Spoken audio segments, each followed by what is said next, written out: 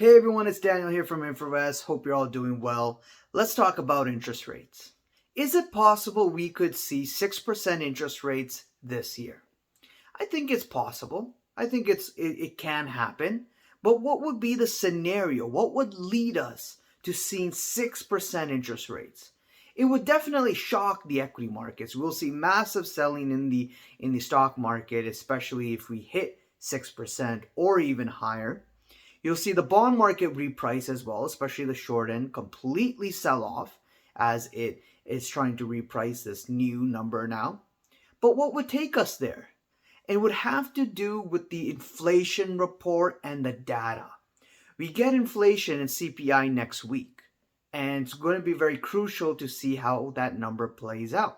Now, it's expected that the number will probably be in line or come down. We have seen inflation come down from 9.1%, coming down to the 6% handle, right? So, where could we go from here? Could we see inflation continue on its downward trajectory, right? Just like how the Fed has been saying, how Powell has been saying, we are now in a disinflationary process. Well, in that disinflationary process, doesn't mean you can't have spikes in the data. You can still have spikes in the data and have a tick up in the inflation data throughout this year. It's not just every month you're going to get lower inflation. You can have a tick up higher too. That's a possibility. Now, what would cause that? Well, you've got the China reopening, so inflow of demand coming in from China, which probably, you could argue that would push prices higher. You've still got supply chain constraints. We're not going to solve supply chain and these constraints for some time. It's going to take time because we've been dependent for a decade or two on China getting cheap goods, just-in-time goods, just-in-time delivery, cheap goods at a very fast pace. China was basically selling us disinflation. And that's why we had problems with inflation. Our inflation number, the CPI metric, really didn't uptick for a decade long. But we see that number now at very high levels, and because there has been disruption in the supply chain and also more money chasing the same amount of goods and services with all the money printing that we have seen. Now, China reopening, supply chain issues, can contribute back to the higher inflation. The bullwhip effect. The bullwhip effect is another scenario as well, where if you have a recession and you have more entrepreneurs and businesses leave and close their stores, that means the products that you're going out and trying to get, there is less suppliers of those particular products, which would keep the prices higher. Another thing is, you look at the retailers. They're obviously not ordering a lot of goods because they know and they are projecting and foreseeing that demand for this year is expected to be lower.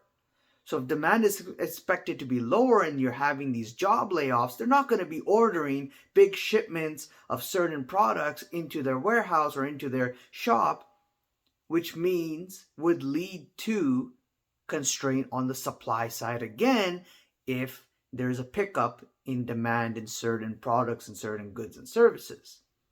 And if that pickup happens again, for whatever reason, whether the Fed automatically decides to cut rates or the government starts to stimulate the economy in some way, giving checks to people or what have you, obviously that will also contribute to higher inflation, more money in people's pockets.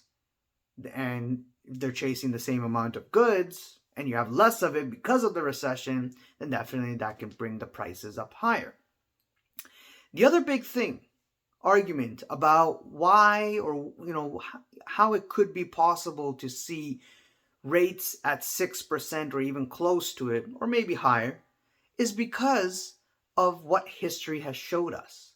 If you look at the previous years, the 1970s, 1980s era, we've seen that inflation was a big problem during that time.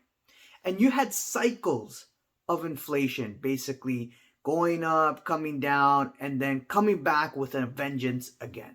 We saw that in 1970s. 1975.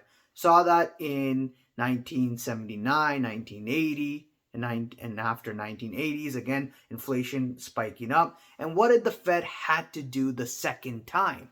Fight inflation with higher rates. Now, if you've got a Fed, which we're seeing right now, start to move to a dovish stance, start to signal that, hey, we might pause or maybe even cut soon. And if they do that, does that mean inflation will come down, or is it solved? With all these other factors in mind, geopolitical tensions, war, supply chain issues, the bullwhip effect, entrepreneurs, recession, etc., everything that I explained, if you have that, plus the Fed, acting dovish, maybe cutting rates, maybe pumping money, that's not going to solve the inflation issue, which might bring back 1970s or 1980s all over again, maybe Paul Volcker all over again, where you have to go back and tighten even harder. Now, we did hear from the Fed. They did say they don't want to mimic the 1980s, where the mistake that they did was, hike rates, cut, and then hike rates all the way to 20% to fight inflation back down. They said they want to fight inflation once for and all and get rid of it completely by hiking rates aggressively now rather than later. So if they're going to commit to their words like they've told us last year, and if they are going to follow with that, then this dovish twist, this dovish turn that the markets are taking in as a good sign may not last for very long, because it may hint or signal that if they really want to bring inflation down, they got to push rates above the inflation level. And the inflation level is around 6.1%. If it comes down to 5.9 or whatever, right? We need to get the interest rates above the inflation rate, which is called the Taylor rule, in order to bring inflation down. We only have seen inflation in past history. You look at 2000, 2008, 1980s, 1970s, we have only seen inflation come down in two scenarios. One, we've got the Taylor rule, which is the interest rates above the inflation. And two, you've got a severe recession at the same time, which causes inflation to come down. 2008 was a severe recession. It did cause inflation to go into negative territory. Same thing with 2000, right? So same thing here. You can take back the history, the lessons from history that, hey, as we've seen, we need to see interest rates move above inflation. There's got to get to 2% inflation rate, there's most likely has to be a severe recession. And if you put those two together, you could argue that, hey, the rates that we're seeing right now may not end. And we could see 6% interest rates, so that the interest rates could be maybe by then higher than the inflation rate, which would cause maybe the panic in the bond market, the stock market, the economy, more job layoffs. The Fed would get the increase in unemployment rate. The jobs and growth number would really weaken, which would thus lead to the inflation rate completely collapsing or coming down below to 2% or below. And then we restart the whole cycle again to printing money, QE, cutting rates. And again, the supply chain issue hasn't been solved that time. Even if we do get to 2% or below, maybe, you might have to, if inflation picks back up again, the Fed may come back again and hike rates. We'll see what happens then. But definitely you could make an argument that 6% is definitely possible and doable. So let me know what you guys think. Leave a comment below. Hit the subscribe button, the like button, the bell icon to be notified on the next video. And I'll see you guys around. Cheers. Bye.